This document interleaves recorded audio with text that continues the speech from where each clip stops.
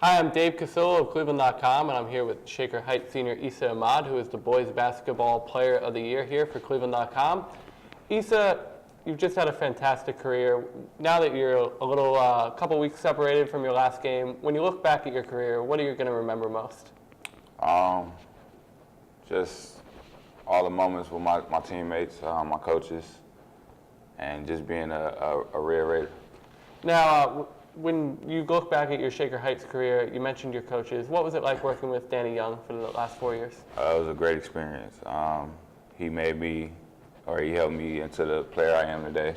Taught me everything, mostly everything that I know, and it was just a great experience for the 4 years. Way back in your freshman year, you worked with Terry Rozier, who's headed to the NBA right now. He was a teammate of yours. What did you learn from him initially? I learned a lot from Terry. Just being a overall leader, vocally and leading by example. Terry's a great player, and that's why he's going to the NBA. Now, at what point did you feel like you really came into your own when you were with Shaker Heights and it started to become sort of your team? I would say my 10th grade year after Terry left. I knew I had to step up into a more dominant role after he left. So. That's when the team really became mine. Is there one game or one memory that sort of sticks out more than others during your Shaker Heights tenure? I would say probably it was like almost our 6th game into the season my freshman year.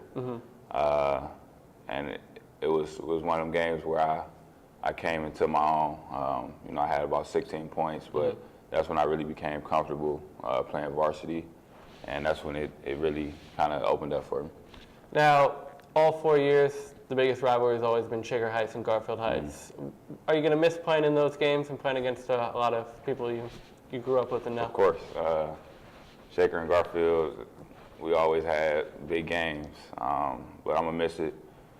But, I'm always on the Shaker side, and hopefully they get it done next year too.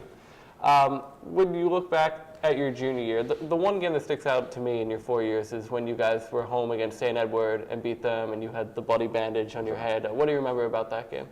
I know it was a lot of blood, but just how we came together as a team. I went out in the second quarter, but they still held the fort down, and it was just a great win for us. Now you're headed to West Virginia. You got a great coach in Bob Huggins. They're in the Big 12, which always does well. What are you looking forward to most about playing at the college level?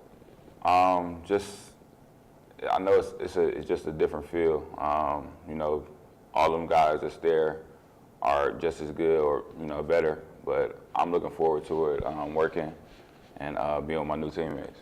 Especially this time of year when you're watching March Madness. Just how excited are you to be part of that big event? Very excited. I know that's what me and Coach Huggs always talk about, winning a national championship, and hopefully we could do that next year. Now, if you had something to say to maybe a young player in Northeast Ohio who was coming up here and wanted to follow a career like you, what's the most important thing to becoming what you became? Just staying humble and working hard. Just every time you step on a court or in practice, just make sure you give it 100%, 110%.